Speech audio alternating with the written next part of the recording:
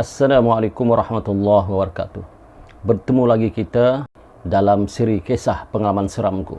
Seperti biasa, saya mengucapkan banyak-banyak terima kasih kepada anda yang sudi like, subscribe dan share cerita-cerita seram daripada channel ini.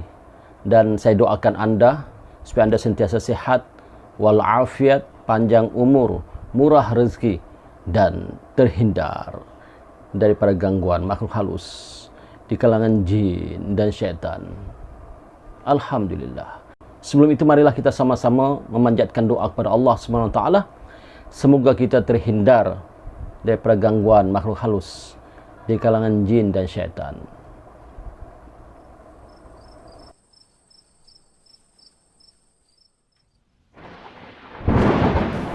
أعوذ بالله من الشيطان الرجيم وقل ربي أعوذ بك من همذات الشياطين وأعوذ بك ربي أن يحضرون.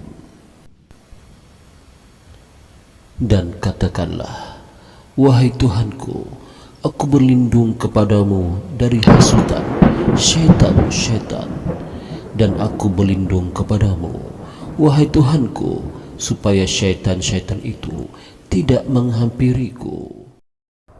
Kisah ini berlaku di Bekasi, Jawa Barat, Indonesia. Katanya, hiduplah sepasang suami isteri yang mana mereka ini telah pun lama berumah tangga tapi tidak dikurniakan anak. Tidak dikurniakan anak. Puas mereka berubat ke sana ke sini supaya mereka dapat direzekikan seorang anak. Tetapi tidak juga dapat dan tidak juga sampai hajat mereka. Nama suaminya Hindra dan nama istrinya Ning. Hinggalah pada satu masa, alhamdulillah, ya, akhirnya kata Ning kepada suaminya ketika mereka sedang duduk-duduk bersama, aku sudah lama tak datang bulan ni bang. Apa, Ning? Aku sudah lama tak datang bulan ni bang. Iya ke? Iya bang. Alhamdulillah, kata suaminya Hindra. Syukur pada Allah. Artinya Ning mengandung. Alhamdulillah, syukur pada Allah. Kalau begitu Ning, jaga kandunganmu elok-elok. Ya, jangan buat kerja-kerja berat. Biarlah kerja berat, kerja rumah yang berat-berat tu biarlah. Ya. Biarlah bibik kita sajalah yang lakukan. Kamu jangan kerja berat Ning. Ya, kamu jangan kerja berat Ning. Jaga kandungan itu elok-elok. Ya, jaga kandungan itu elok-elok. Jangan kerja-kerja berat. Baiklah bang, insya-Allah bang, kata Ning. Saya akan jaga anak kita ni sungguh-sungguh. Insya-Allah. Alhamdulillah, kata suami Hindra. Jadi berjalanlah masa. Sedar tak sedar, maka kandungan itu telah sampai ke 9 bulan. Maknanya tinggal tunggu hari saja. Bila-bila masa saja istrinya akan bersalin. Tetapi pada satu masa, waktu pagi, suaminya melihat istri kesayangannya Ning duduk termenung di atas katil. Maka suaminya pun bertanya, Ning, kenapa Ning? Kenapa wajah sedih? Kenapa wajahmu muram? Kenapa? Kata suaminya, bang, ada masalah berat lah bang. Masalah apa? Semalam saya bermimpi. Mimpi? Kenapa dengan mimpi? Bang, semalam saya bermimpi bang. Seperti mimpi itu nyata lah bang. Ya, apakah mimpi itu? Bang, semalam ketika saya bermimpi, saya didatangi oleh seorang atuk. Atuk? Atuk apa? Atuk tu bang, abang dengar dulu cerita sini bang. Ya, atuk tu bang, atuk tu seorang yang berjanggut putih, kemudian memakai serban putih, berjubah putih. Katanya pada Ning, katanya dia nak ambil kandungan ini bang. Dalam mimpi itu, kata atuk yang berjanggut tu, dia nak ambil kandungan ini, bayi ini bang. Dia nak ambil sebentar saja, nanti dia akan pulangkan juga kemudian. Jadi saya takut bang, sebab mimpi itu bang macam nyata lah bang. Saya takut sangatlah bang. Ini membimbangkan saya bang. Alah, kata suaminya Hindra. Alah Ning, Itu cuma mimpi. Itu mimpi cuma mainan tidur. Janganlah percaya. Mimpi-mimpi macam itu tidak akan dapat menjadi kenyataan, kata suaminya, menenangkan istrinya. Tapi bang, Ning risaulah bang. Janganlah dipikirkan Ning, ya, istirahatlah. Ataupun jom kita pergi sarapan dulu. Tak mau sarapan di rumah, kita sarapan di luar. Tak mau lah bang, lagipun bibik kita sudah masak, biar kita sarapan di rumah lah. Okey, kata saya jom. Maka mereka pun bersarapanlah pagi ketika itu. Tapi memang suaminya Hendra tengok istrinya dalam keadaan seperti susah hati, risau, gelisah dan sebagainya. Beberapa hari kemudian, di waktu petang, seperti biasa mereka minum petang. Maka dihidangkanlah oleh bibi minuman petang yang begitu sedap, pisang goreng dengan teh tarik. Minumlah mereka bersama. Tiba-tiba istrinya mendekati suaminya. Bang, kenapa? Aku masih risau lah bang tentang mimpi itu. Tak payahlah dirisaukan. Kan abang sudah kata mimpi itu cuma mainan tidur. Ya Ning, jangan risaukan. Yang penting jaga kesehatan itu. Jangan buat kerja-kerja berat, biar bibik kita yang buat kerja berat. Tapi bang, tapi apa? Kata suaminya. Jangan banyak fikir, jom minum sama-sama. Baiklah bang, kata istrinya. Maka masa pun berlalu. Pendek cerita, keesokan harinya menjelang masuk waktu subuh, sekitar pukul 5 pagi, ya, istrinya pun terjaga daripada tidur dalam keadaan keletihan, seolah-olah tak cukup tidurlah, rasa mengantuk tu masih ada. Istrinya pun melihat suaminya masih lagi baring di tempat tidur. Jadi Ning tak nak kejutkan. Biarlah nanti kalau dah kedengaran azan daripada masjid yang berdekatan, suaminya insya-Allah akan bangun. Maka Ning pun duduk termenung di penjuru katil sambil tangannya meraba perutnya, ya, melihat kandungan perutnya yang sudah 9 bulan. Tinggal tunggu masa saja untuk bersalin. Tiba-tiba ketika Ning meraba perutnya, cek, kosong. Tak ada apa-apa pun di perutnya. Seperti tak ada kandungan. Kempis perutnya. Maka terkejutlah Ning. Menangislah dia. Ya, menjeritlah dia. Seperti orang yang kena histeria tu menjerit. Ya, sambil menangis.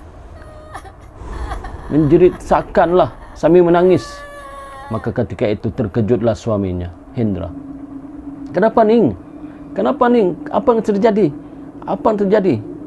Istrinya tak dapat berkata-kata, cuma memegang perutnya. Bila suaminya Hendra lihat perut istrinya, terkejut Hendra. Masya Allah, dia pegang sentuh perut ini, tak ada apa-apa, langsung kosong. Seperti orang yang tak mengandung langsung lah. Sedangkan 9 bulan ni kan perut tu kelihatan besar, langsung tak ada. Maka terkejutlah suaminya bercampur dengan heran. Kenapa Ning? Kenapa ni? Kenapa ni Ning? Bertanya lagi, ya, suami bertanya seolah-olah seperti tak percaya, ya, sambil menangis terseduh-seduh. Bang, mungkin inilah seperti mana yang Ning beritahu baru-baru ni bang. Pasal kandungan Ning ni, yang atuk berjanggut tu nak ambil. Atuk berjanggut? Ya, atuk berjanggut bang. Yang Ning ceritakan baru-baru daripada abang.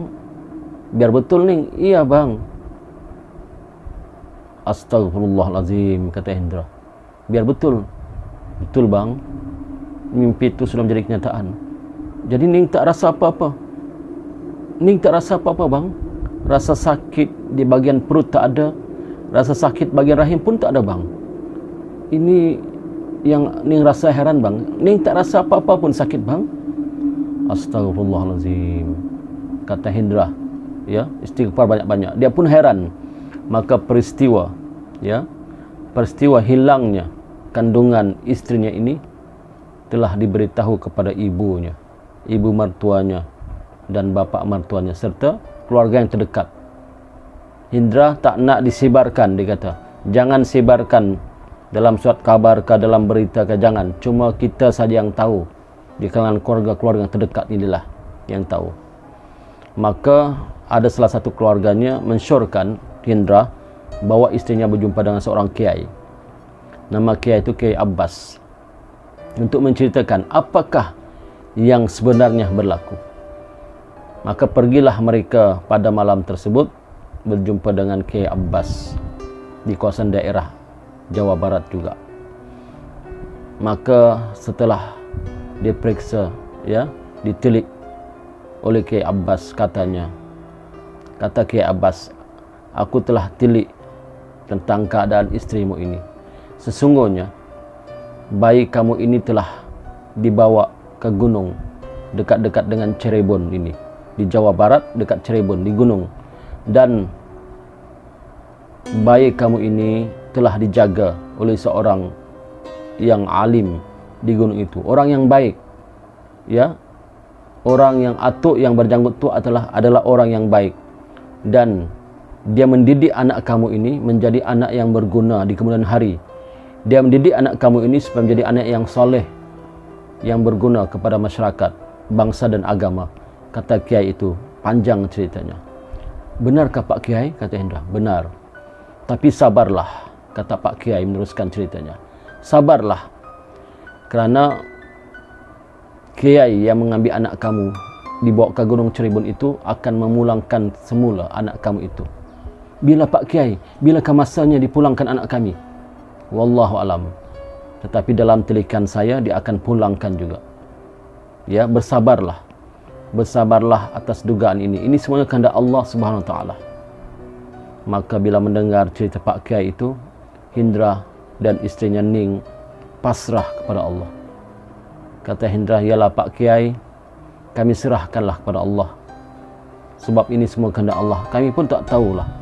Cuma Pak Kiai, yang saya herankan, istri saya tak rasa sakit sedikit pun tentang kehilangan kandungan ini. Istri saya tak rasa sakit apapun di kawasan perutnya tentang kehilangan anak ini. Tak apalah Pak, banyakkan istighfar, banyakkan bersedekah dan berdoa kepada Allah.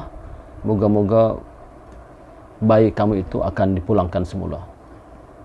Maka setelah mereka kembali, suami istri Hinda dan Ning ni pun rasa heranlah dan terkejut. Bukan saja mereka, bahkan keluarga mereka yang terdekat pun rasa heran dan terkejut. Belum pernah berlaku keanehan, keajaiban, misteri, sangat misteri, kata Hendra. Sangat misteri peristiwa ini. Bayangkanlah kandungan itu boleh diambil begitu saja, tak ada rasa sakit pun. Subhanallah. Dia tak boleh fikirlah. Hendra tak boleh fikirlah. Ya, dia otak Hendra tak boleh memikirlah bagaimana peristiwa yang misteri ini berlaku. Pendek cerita, para penonton sekalian. 10 tahun kemudian, ketika Ning menyediakan minum petang, kemudian Ning duduk dekat suaminya. Ning pun berbisik dekat telinga suaminya sekali lagi. "Bang, ya Ning, saya ni sudah lama tak datang bulan ni." "Ya ke?" "Ya bang." Benar kan ini? Benar. Bermakna ni mengandung ni ya? "Ya bang, ni mengandung lagi." "Alhamdulillah," kata Hendra. "Dah 10 tahun kita menunggu. Sejak kehilangan bayi kita yang pertama hilang cara misteri gaib itu, sekarang kamu mengandung lagi Ning. Alhamdulillah Ning. Walaupun dah 10 tahun kita tetap bersyukur pada Allah. Moga-moga anak ini selamat Ning lahirkan menjadi anak kita yang pertama. Kerana kita sangat memerlukan seorang zuriat, ya Ning, untuk membantu saya dan membantu Ning di masa hadapan." Kata Ning, "InsyaAllah bang. Ning, sekali lagi apa abang pesan Ning, ya jagalah kandungan tu baik-baik. Jangan buat kerja berat. Bibik masih ada. Suruhlah bibik kita yang membuat kerja-kerja rumah. Ning rehat sajalah." Maka dipendekkan cerita, bulan berganti bulan. Sampailah ke 9 bulan menunggu hari.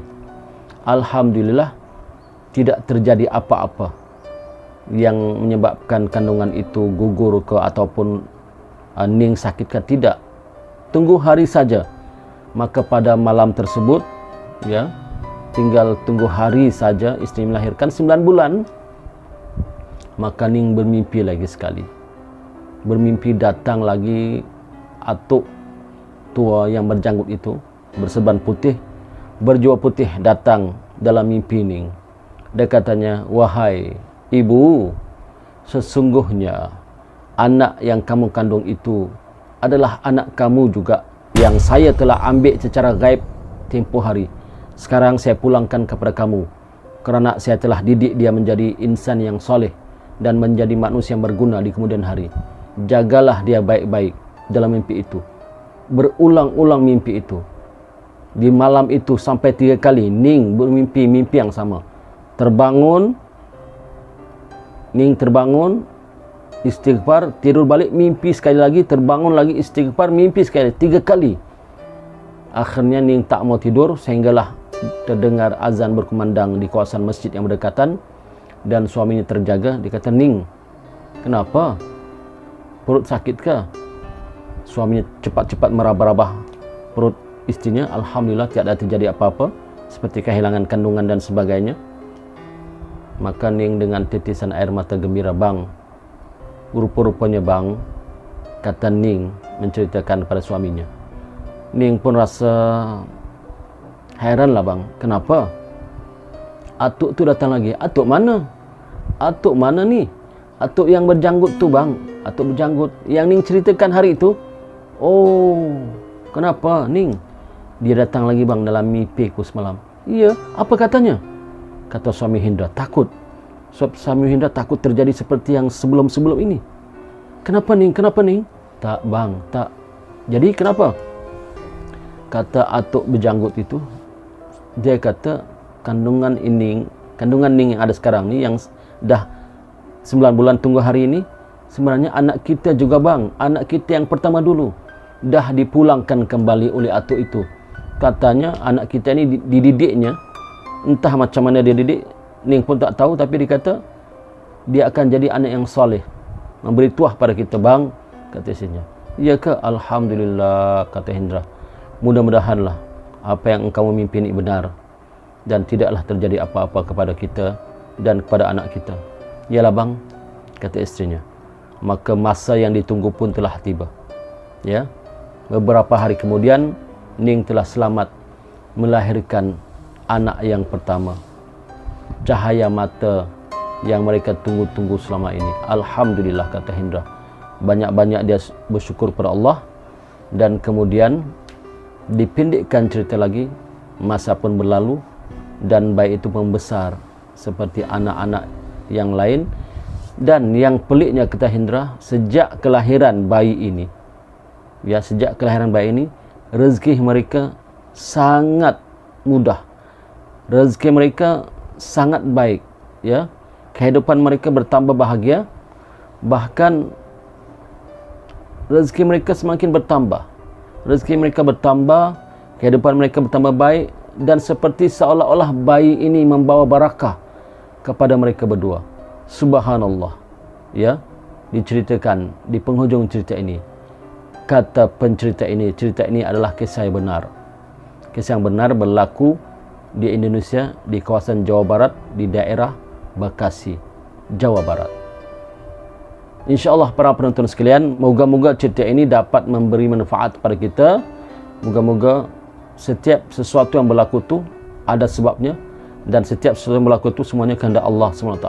Tapi kisah ini yang kita cerita ini, yang saya cerita ini, saya sendiri pun sebagai tukang cerita rasa kisah ini seperti kisah misteri yang jarang-jarang berlaku. Apakah cerita ini benar atau tidak? Wallahu alam. Sebab saya cuma menceritakan kisah yang diceritakan kepada saya. Ya, semoga anda terhibur. Berjumpa lagi di cerita-cerita akan datang. Jangan lupa like, subscribe dan share. Assalamualaikum warahmatullahi wabarakatuh.